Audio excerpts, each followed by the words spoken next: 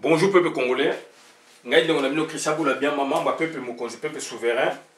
Toye koloba makambu etali mboka, toye koloba makambu ya ba leader politique congolais boye bibino moko situation oyo tozali na yango face na bandeko wana ba leader politique. Ça fait aujourd'hui 58 ans tout le monde classe politique ya Congo ndenge et s'est manifesté à travers différentes périodes. Première république, tout monarchie. Deuxième république, tout monarchie. Transition démocratique, tout monarchie. Troisième république, tout monarchie. Et les lots, tout ça, la transition démocratique, tout monarchie. Donc, c'est-à-dire, quelque part, on avait des grands politiciens congolais. Oyo, bah, ça sumaki, na ba rôle na bango. Oyo, d'un côté, bah, bengi bango opposant, d'autre côté, bah, bengi bango donc battu à pouvoir. Et processus est banni à partir du 24 avril 90 jusqu'à nos jours. Puisque la démocratie Koufaki, il fallait démocratisation et quota processus et quota. Donc, Yangwana, les lois, tozana 28 ans, il y a démocratisation et pays, rien ne marche. Et 28 ans, il y a démocratisation des pays. Aujourd'hui, on a des politiciens médiocres. On a la classe politique la plus mauvaise. Il y a la classe politique, il y a Congo des 60 jusqu'à nos jours. Et vous n'oubliez pas que Abdoulaye Wade, vers les années 91-92, qui na Abdou Diouf, président de la République, Abdoulaye Wade, cette fois-là, il était opposant. Il avait déclaré ceci à Kinshasa, puisqu'ils ont fait des séances de travail avec l'opposition congolaise, chez Papa Kibassa, donc le siège de l'UDPS d'abord et puis de l'Union Sacrée. Après, ils sont allés voir l'ensemble de la classe politique avec les émissaires, on peut dire, de l'Union africaine à l'époque. Donc, j'ai cité Abdoulaye Wade et le président Abdou Diouf. Ils sont allés voir la classe politique, enfin, ils sont allés voir le président de Mobutu. Donc, c'est lui qui était, n'est-ce pas, l'incarnation même des politiciens du pouvoir. Donc, c'était la rencontre a eu lieu à Mongalema. Et à l'issue de cette rencontre, puisqu'il a fait 2 séances de travail avec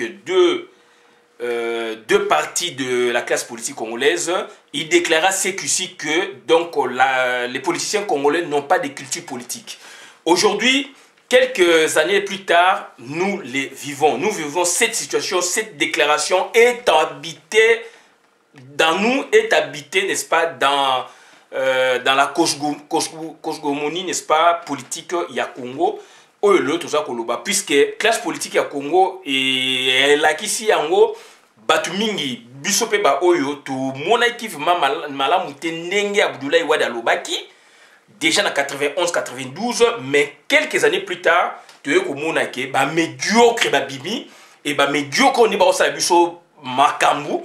Donc aujourd'hui donc on doit s'attarder là-dessus.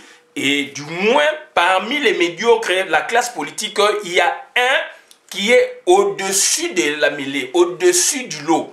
Donc, c'est le cardinal administrateur Mosengo Passigna.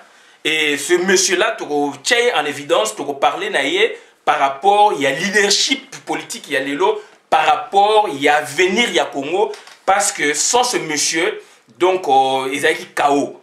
Puisque classe politique médiocre, Abdoulaye Wade Alobakango, tout le monde a raté. Alors, 28 ans après, mais il s'adressait à qui? Quand il a dit ça, il s'est adressé à la ténor politique ya Congo. Au biso, tu as sa confiance. Au biso, tu as politique. Comment miner la politique à Congo? Mais Abdoulaye Wade, il n'est pas encore mort. Il fut président du Sénégal. Il avait déclaré solennellement dans la chaîne Union sur le monde, classe politique congolaise ezali donc politiciens congolais donc politiciens sans culture politique. Sans culture politique engelo banini donc médiocre.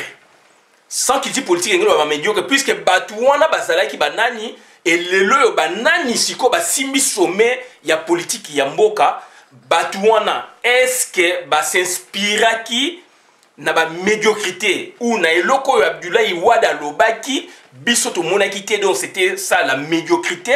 Or est-ce que médiocrité les transmissible na ba politicien ou ba zui lelo ba relais point d'interrogation. Donc bande konanga voilà tangu un doctrinaire politique nengwana mune nazali koloba na mokili concernant mboka na bino par exemple, il faut boza l'attentif, il faut bien analyser ba propos na ye. Lelo yo tozali ko souffrir na Congo, occupation eye na Congo, ba policiers congolais baza kota mabumu na bango, ba policiers congolais bazo tala basi na bango, bazo ta bandaku na bango, bazo ta intérêt na bango, bazo ta l'intérêt généralité. Alors lelo yo tozana un vrai problème parce que mboka eza bloqué na ba Rwandais ba na système ya kotia misolo ebele pour na kosomba ba politiciens congolais. Donc mutu nyonso alingi mbongo, mutu nyonso alingi pouvoir et pouvoir bazolinga na lolenge o ezali wana ezali mawatro. Donc lelo toza koloba mingi mingi na Cardinal Mosengo parce que azali mutu oyo ya qualité ya makasi, mutu oyo tozali na espoir na ye, mutu oyo azali le seul opposant lelo ya Congo, c'est le Cardinal Mosengo. C'est l'opposant. Donc il y a Hippolyte Kanambe et Hippolyte Kanambe yé moko a déclaré en Jeune Afrique. Yé moko a déclaré en Jeune Afrique. Et c'est le seul opposant bako sabiloté. Ndeko na ngai fungola misu, ndeko na ngai comprendre batu ba politicien bazali wana nyonstu bazali ko sala o esengeli basala lelo na misu ya batu na misu na yondeko na mokili ndenge pe ezali koloba ma ezali komonana. Donc tozalaki susu na donc to kotaki na chaos et chaos on ezali produit par nos politiciens médiocres. Oyo Abdoulaye Wade alobaka germe wana yango ezali donc transmissible na génération oyo Abdoulaye Wade alobaka na anenini. Et le to ko monango est-ce que s'adressa qui na bango ou à s'adressa qui na philosophie politique au bango bazalaki na politique au bango bazalaki pour na politique on est lobby donc transmise na génération oyo koyaka. Est-ce que n'est-ce pas Abdoulaye Wade il a parlé dans ce sens puisqu'il s'adresse à la classe politique au bazalaki na bato biso to bangaki to respectaki pour talent na bango.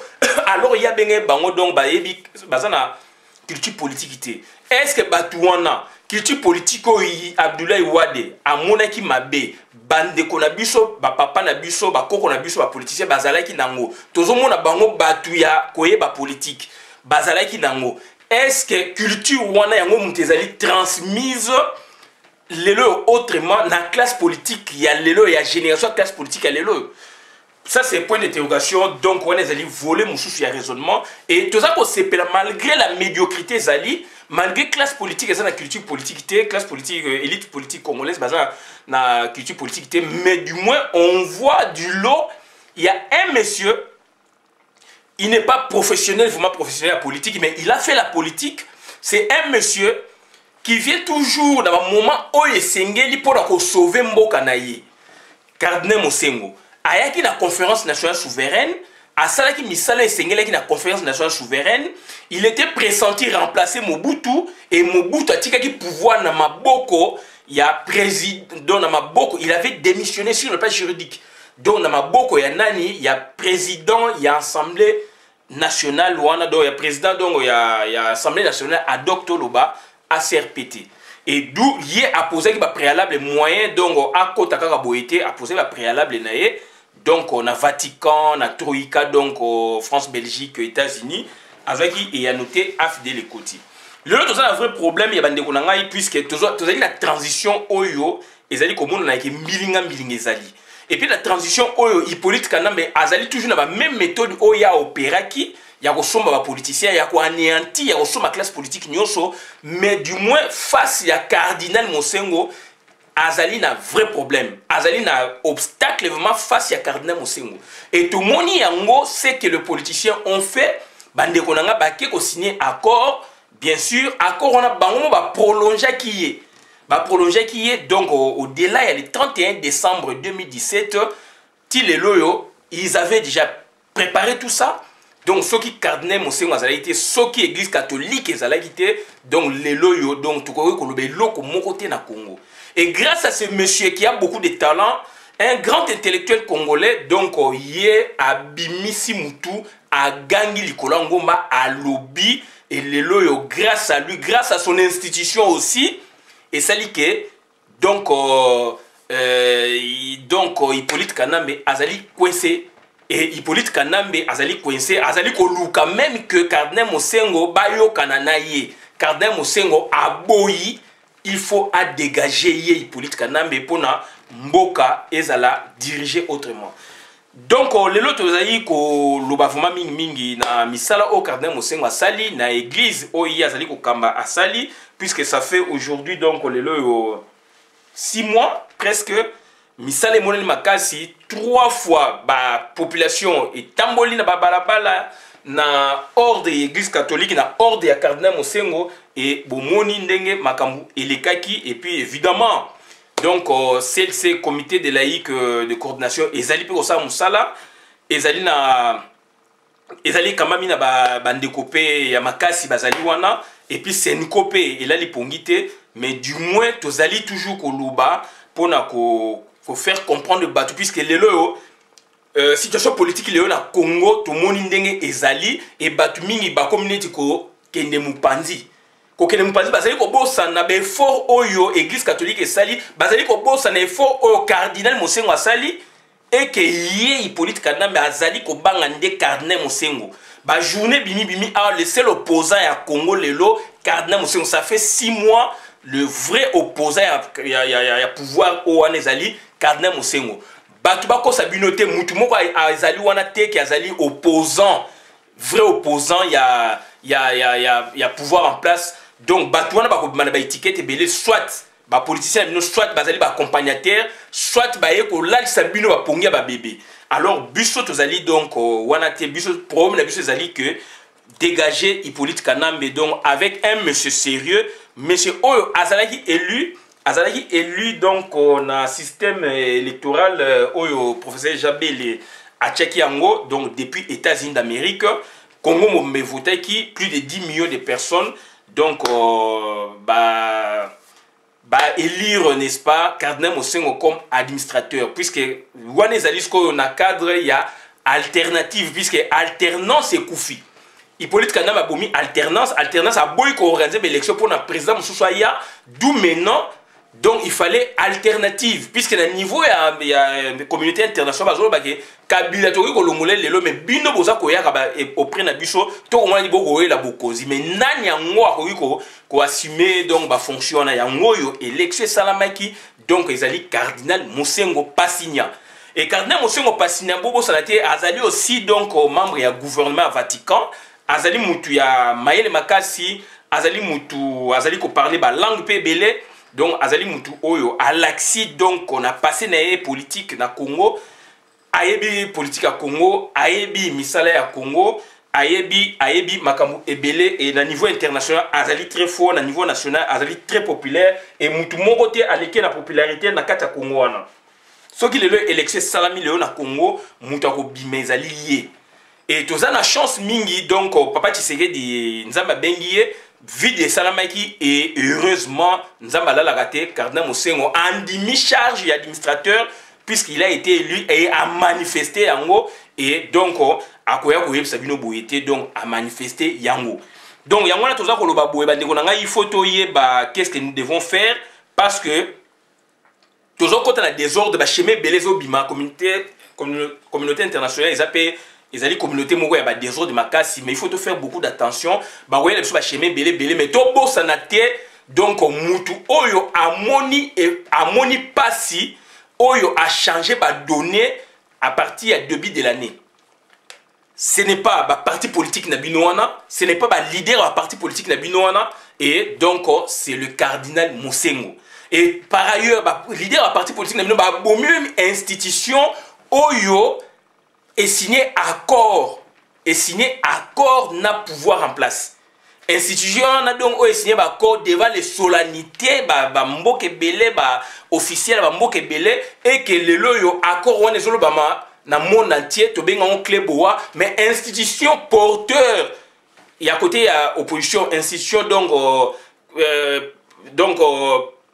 et porta pardon institution oyo donc et porter projet. Pour porter projet, n'est-ce pas? Il y a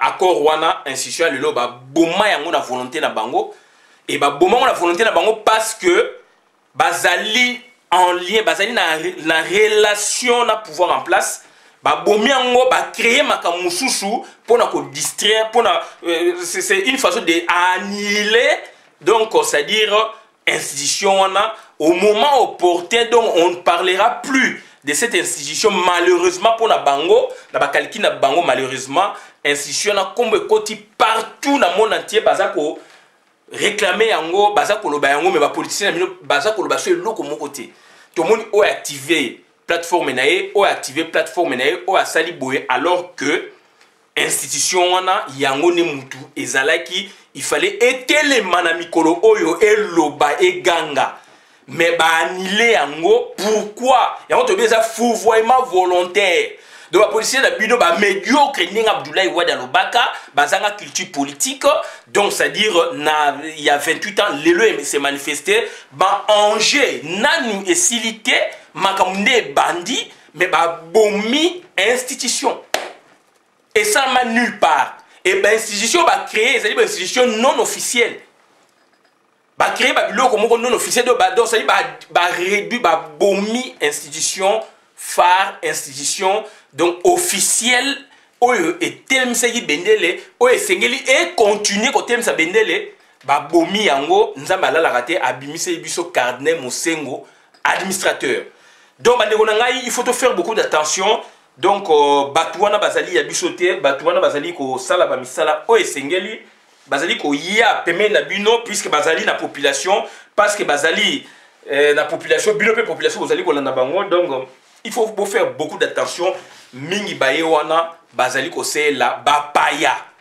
mingi bazali wana bazali kosela bapaya mais koyeba yango na basigne et lelo yo ba soutenir bapaya wana mais bapaya bazali coincé et bayebi bango moko ba reconnaître que donc leader politique opposant ya Congo lelo yo ezali Cardinal Mosengo et bandeko na ngai esengeli to soutenir Cardinal Mosengo to soutenir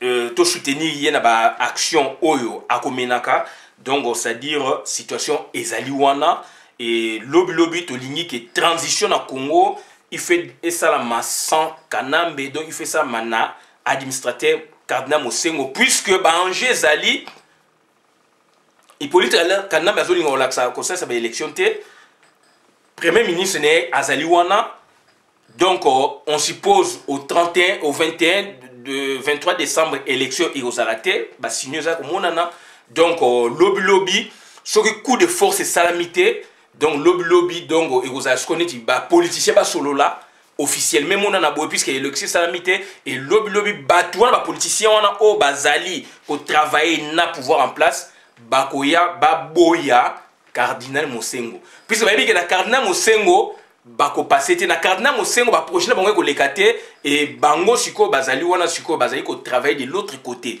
to yebi pe bango misala bango pe ezali ko monana mais lelo yo donc nzambe azali makasi nzambe azali na bonté makasi tozali na leader na biso Cardinal Mosengo biso nyonso to soutenir ye biso nyonso to zasimana ye ba schéma oyo ko bimaka gauche droite to landa yango te total ba effort oyo mutu asali ba effort oyo mutu asengeli ko sala pe prochainement et puis institution oyo nini ye ye donc Hippolyte Kanambe ba tuti pa bazali ko banga ba parti politique te puisque ba soma bango ba dirigeant bango ba pesa bango ba mbongo mais bazali ko banga institution o ba bengi donc église donc église catholique ezali tenu par qui donc na monde ezali ya pape mutazali donc autorité na bango vraiment ya makasi et puis na Congo donc bazali wana Cardinal Mosengo on a saika koloba yango wana donc toza ko senga na batu vraiment donc après 58 ans tozali ba politicien qualité tokotanga ba Kasavubu tokotanga ba Lumumba tokotanga ba Mobutu tokotanga ba Boye ba Bolikango ba Thomas Kanz etc bien que ba Papa Léon bien que ba erreur récemment qui peut makasi ba Bomboko ba Patrice Emery Lumumba et 58 ans après c'est un leader Moussou Azali wana et l'unique presque na Congo alors qu'on devait en avoir une centaine il y a un leader politique Mais aujourd'hui, il y a un seul qui sort du lot, puisqu'il vient d'une institution sérieuse, l'Église catholique. Donc, leader Wanani, cardinal Mosengo, azali administrateur Nabiso. Autre Zalika Kolobayangwana, donc Constant Nabiso Zalika qui est 58 ans après. Quel leader politique? Yangoyo, leader politique, 58 ans après, Bazalaki Belé, 58 ans après, Zalika Ramutumoko, et c'est le cardinal Mosengo. Puisqu'il a été élu aussi dans l'élection Autre Salaki, et nous sommes politiciens, professionnels, somba bango. Bazali ko sa ba scénario polele. Baza ko mona yonde koloko lozali zoba neto za mayele te. O yonde ko oleki ye na mayele, oleki okuna na mayele. Mais tala ba scénario basali. Donc baza ko boma ba institution encore, baza ko donc ça dit ba bomi opposition encore. Parce que bazali téléguidé, parce que bazali ko lia misolo, baza ko zwa mbongo. Donc bande ko na ngai, o to zaki ko loba yangwana, to suki awa. Donc heureusement Nzambala la raté, donc il y a administrateur cardinal Mosengo. Donc il y a un tozali ko sepela na projet oyo professeur Jabé la sala qui depuis les États-Unis d'Amérique et les projets qui toko et biso mutu oyo peuple alingi cardinal Mosengo et yende mutu ko diriger transition na biso puisque y a zali société civile azali na vision mususu ya ko Congo et ayebi Congo ko leka ba politicien wana. Donc bande konanga o nazalaki ya koloba yangwana nasuki awa na lobi na bino nyonso tu bolingo bo bote to na kati na bino to kabola vidéo oyo ezali ya bino. Donc 58 ans après indépendance, tu ko fêter indépendance, est-ce que tu dois fêter ma indépendance ou tu dois fêter indépendance na occupation? Ça c'est une question et na indépendance na occupation. Si quoi tu as un problème pays à transition, il faut président, il y a Sike, il faut Bima, il faut Mibeko, il y a Sike Vanda. Et Banguna Bazali na kat nabiso, ba bloqué Mboka et toko marché ndenge nini et heureusement 58 ans après, donc ezali mawamingi, donc ba politicien qualité bazala ke belé na 60 ba kei 90 démocratisation et bimi. Dans 90 démocratisation bimi, il y a un politicien Afrique à Belela Nicolas Ngomba a lobby que classe politique à Congo ou élite politique à Congo donc bazali sans culture politique.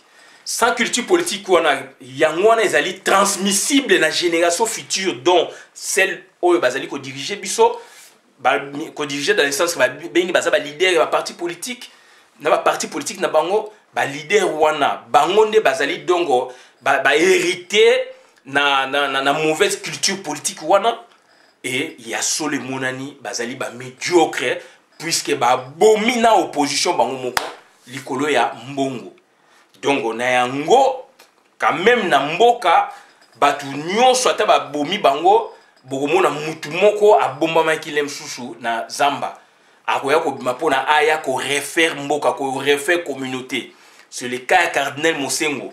Tango bango basali plan na bango na kuku na ba occupant pona ba boma pona ke ba pesa occupation place na ba argument oyo ko bimanga na moment on voit un Congolais abimi du lot pour défendre la patrie mère donc le pays. J'ai dit je vous remercie. Bon la vidéo malamu boka bola yango ezali consacré na cardinal Mosengo, le seul opposant congolais, le seul leader politique après 58 ans de loyo.